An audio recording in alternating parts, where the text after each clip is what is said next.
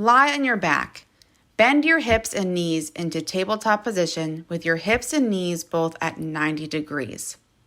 Place the stick between your legs, behind your right thigh, and in front of your left thigh. Hold the ends of the stick in both hands outside of your thighs. Keeping this position with the stick, press your thighs into the stick, pressing away with your right thigh and pulling in with your left thigh. Hold this position while breathing regularly. This is considered one cycle. Relax and then repeat until all cycles are complete. Then reassess your pain level.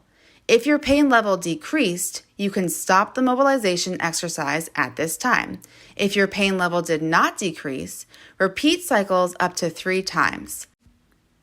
If at this point your pain still did not decrease, try the supine SI joint mobilization for a left pelvic rotation instead.